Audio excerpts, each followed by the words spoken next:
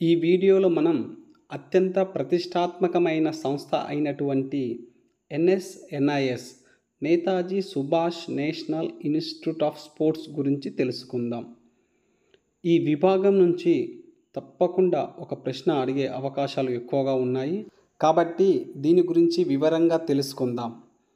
ఎన్ఎస్ఎన్ఐఎస్ Netaji Subhash national institute of స్పోర్ట్స్ను ad hoc committee ప్రతిపాదనలతో ఎన్ఎస్ఎన్ఐఎస్ను మే 7, 1961న పటియాల మహారాజు గారి భవనం అయినటువంటి మోతీబాగ్ ప్యాలెస్ పటియాలలో ఉంటుంది.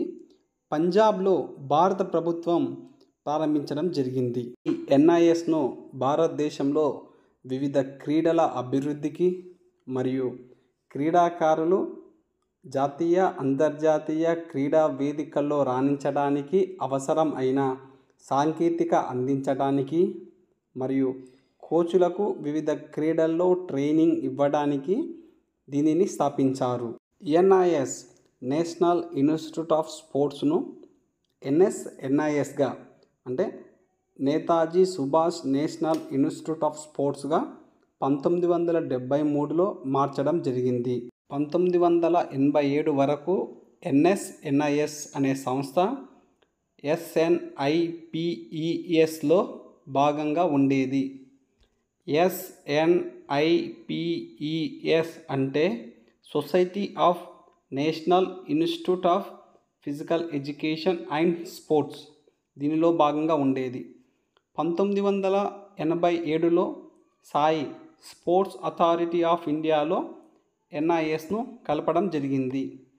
ఎన్ఎస్ఎన్ఐఎస్ ఆసియాలోనే అతిపెద్ద క్రీడా సంస్థగా వెలుగుతుంది. ప్రస్తుతం ఎన్ఐఎస్కు 5 ప్రాంతీయ కేంద్రాలు ఉన్నవి. అవి 1 పటియాల, 2 బెంగళూరు, 3 కలకత్తా, 4 గాంధీనగర్, 5 కేరళ.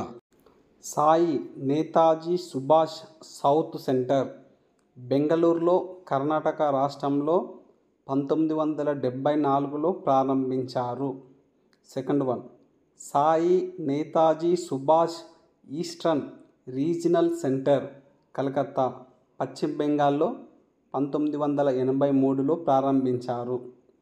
మూడవది సాయి నేతాజీ వెస్ట్రన్ సెంటర్ గాంధీనగర్ గుజరాత్లో 1987లో ప్రారంభించారు. నేషనల్ స్పోర్ట్స్ మ్యూజియంను 1972లో ప్రారంభించారు.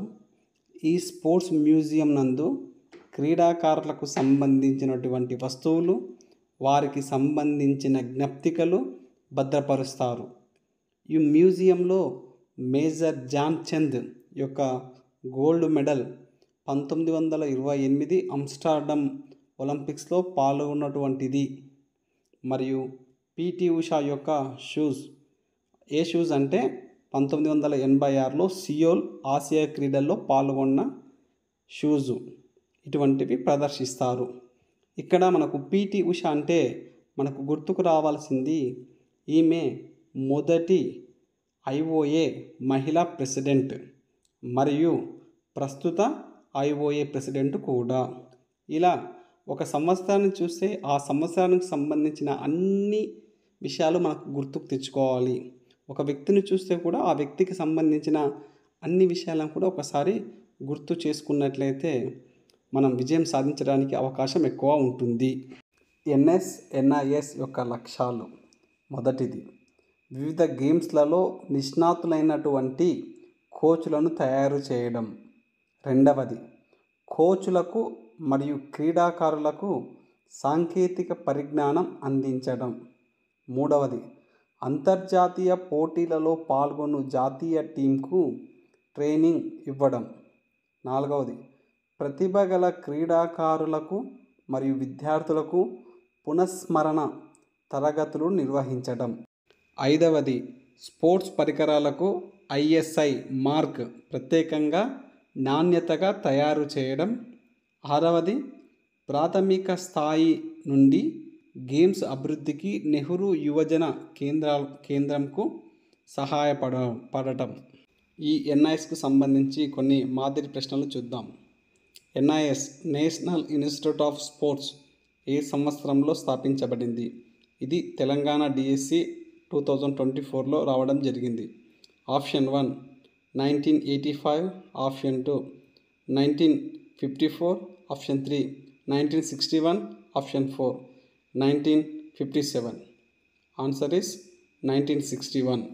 నెక్స్ట్ ప్రశ్న, ఆసియా ఖండపు మొదటి క్రీడా విశ్వవిద్యాలయం ఎచ్చట కలదు? ఇది ఏపీ డిఎస్సి 2006లో వచ్చిన ప్రశ్న. Option 1 Patiala, option 2 Pune, option 3 Hyderabad, option 4 Gangtok. Answer is option 1 Patiala. Next ప్రశ్న, ఎన్ఐఎస్ అంటే ఏమిటి? Option 1 national information of sports, option 2 national institute of system, option 3 national institute of sports, option 4 national information of system. Answer is option 3 national institute of sports. ప్రశ్న, NIS national institute of స్పోర్ట్స్ను NSNIS Netaji Subhash national institute of స్పోర్ట్స్గా ఏ సంవత్సరంలో మార్చడం జరిగింది? Option 1 1961, option 2 1973, option 3 1957, option 4 1972. Answer is option 2 1973.